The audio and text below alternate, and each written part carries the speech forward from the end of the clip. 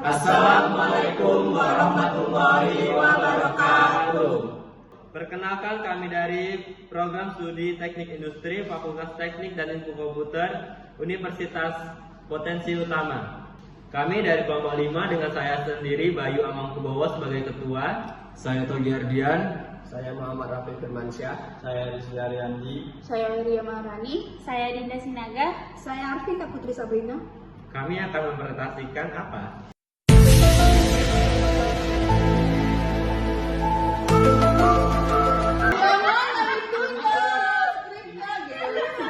Oh my god, what is that? Pada kesempatan ini kami akan mempresentasikan proyek Internet of Things yang berjudul Smart Home berbasiskan ESP32 menggunakan aplikasi Bailink. Proyek ini kami buat sebagai implementasi teknologi Internet of Things untuk menciptakan rumah yang lebih nyaman, efisien, dan dapat dipantau secara real time melalui smartphone. Internet of Things atau IoT merupakan teknologi yang menghubungkan berbagai perangkat elektronik melalui internet sehingga perangkat tersebut dapat saling bertukar data dan bekerja secara real time. Pada proyek ini kami menggunakan ESP32 sebagai microcontroller utama yang terhubung ke aplikasi Bailink menggunakan jaringan Wi-Fi. Sistem smart home yang kami buat memiliki 4 fungsi utama, yaitu mengukur intensitas cahaya di sekitar rumah menggunakan sensor cahaya, mengukur suhu ruangan, mendeteksi hujan, mengukur kelembapan udara. Seluruh data sensor akan dikirim ke aplikasi Bailink sehingga penggunaan dapat memonitor kondisi rumah kapan saja melalui smartphone. Selanjutnya alat dan bahan serta penjelasan desain. Selanjutnya ada alat dan bahan yang kami gunakan serta penjelasan desainnya. Alat dan bahan yang kami gunakan adalah ESP32, sensor cahaya, sensor suhu, sensor kelembapan, dan sensor hujan. Selanjutnya adalah penjelasan desain. ESP32 berfungsi sebagai pusat kendali seluruh sistem. Sensor cahaya membaca intensitas cahaya di lingkungan sekitar. Sensor suhu membaca temperatur ruangan secara terus-menerus. Sensor kelembapan membaca tingkat kelembapan udara. Sensor hujan mendeteksi adanya air hujan pada permukaan sensor. Semua data dikirim ke ESP32 untuk diproses. Apabila suhu melebihi batas yang telah ditentukan, relay akan aktif sehingga kipas atau AC otomatis menyala. Seluruh data ditampilkan pada aplikasi Bailink sehingga pengguna dapat monitor kondisi rumah secara real time. Data yang diamati selama pengujian data yang kami amati meliputi yaitu yang pertama, nilai intensitas cahaya dari sensor LDR. Yang kedua, nilai suhu ruangan dalam satuan derajat Celcius. Yang ketiga, nilai kelembapan udara dalam persen. Yang keempat, status sensor hujan yaitu hujan atau tidak hujan. Yang kelima, kondisi kipas atau AC apakah on atau off. Dan yang terakhir, tampilan seluruh data pada aplikasi Bailink.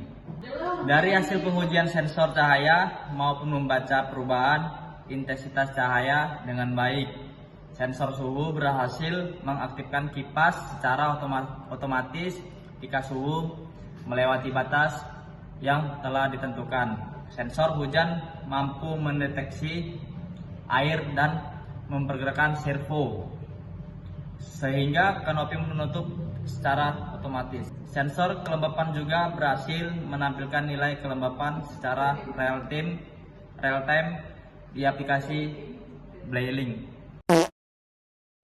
Baiklah, saya akan menerangkan beberapa atau pengeluaran yang digunakan dalam pembuatan proyek IoT kami, yaitu dari bahan intinya ESP32 seharga 95.000, base ESP32 38.000, adaptor 12 volt 2 ampere seharga 25.000, jack DC 3.000, kabel jumper male to male 18.000, sensor DHT22 38.000, sensor LDR 15.000, sensor hujan 18.000, relay 20.000, LED 2.000, kipas 8 x 8 cm seharga 19.000. Kemudian bahan tambahan seperti stik 6 bungkus seharga 18.000, lem bakar 5 batang seharga 10.000, akrilik ukuran 40 x 40 sebanyak 2 lembar seharga 50.000, sehingga totalnya memakan biaya 369.000. Sebagian dari bahan tambahan yaitu seperti triplek, kayu itu milik sendiri. Oke, selanjutnya analisis data. Berdasarkan hasil pengujian, seluruh sensor dapat bekerja dengan baik. Sensor cahaya memberikan data sesuai kondisi pencahayaan di sekitar. Sensor suhu mampu membaca perubahan temperatur secara akurat. Sensor hujan dapat mendeteksi tetesan air dengan cepat. Sensor kelembapan berhasil memberikan informasi mengenai tingkat kelembapan udara dan seluruh data berhasil dikirim ke aplikasi Bailing secara real time. Hal ini menunjukkan bahwa sistem smart home mampu bekerja secara otomatis tanpa memerlukan campur tangan pengguna secara langsung. Ini karena dia gelap. Iya, depan. Lagi dekat lagi, Pin. Dekat lagi, Pin. Mati. Di sini saya akan menjelaskan tentang kelebihan dari proyek kami, yaitu dapat dipantau melalui smartphone dengan menggunakan aplikasi Bailing, dapat bekerja secara otomatis, menghemat energi karena kipas angin hanya menyala di saat suhu tinggi. Data suhu, cahaya, dan kelembapan dapat dipantau secara real time, mudah dikembangkan dengan penambahan sensor lain di masa depan. Oke, di sini saya akan menjelaskan tentang kekurangan pada proyek. Kekurangan pada proyek itu yang terdiri dari yang pertama itu dia bergantung pada koneksi internet. Nah, yang kedua itu dia jika listrik padam maka sistemnya itu tidak dapat bekerja dengan baik. Nah, yang ketiga itu ada sensor memiliki batas sehingga akurasinya itu menjadi tertentu. Nah, yang keempat itu ada prototipe masih berskala kecil sehingga belum diterapkan pada rumah sebelumnya. Nah, yang terakhir itu ada sistem itu dapat dikembangkan dengan menambah fitur keamanan seperti kamera CCTV dan sensor pada asap. Oke, baik. Kesimpulan dari proyek kami tersebut yaitu berdasarkan hasil pengujian proyek smart home yang kami buat berfungsi sesuai dengan tujuan yang dirancang. ESP32 mampu membaca data dari sensor cahaya, sensor hujan, suhu, dan sensor kelembapan. Sistem juga mampu mengendalikan kipas atau AC secara otomatis ketika suhu meningkat serta seluruh data berhasil ditampilkan pada aplikasi Bailing.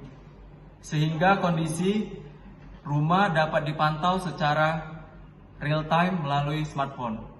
Proyek ini membuktikan bahwa teknologi Internet of Things dapat diterapkan untuk meningkatkan kenyamanan, keamanan, dan efisiensi dalam kehidupan sehari-hari.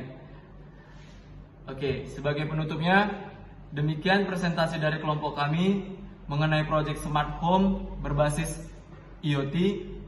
Kami berharap proyek ini dapat menjadi salah satu contoh penerapan IoT dalam kehidupan sehari-hari dan dapat terus dikembangkan dengan fitur-fitur yang lebih lengkap di masa mendatang. Terima kasih kepada Bapak Ibu dosen serta teman-teman yang telah menyimak presentasi kami. Apabila terdapat kekurangan maupun proyek yang kami buat, kami mohon maaf. Sekian presentasi dari kami. Wassalamualaikum warahmatullahi wabarakatuh.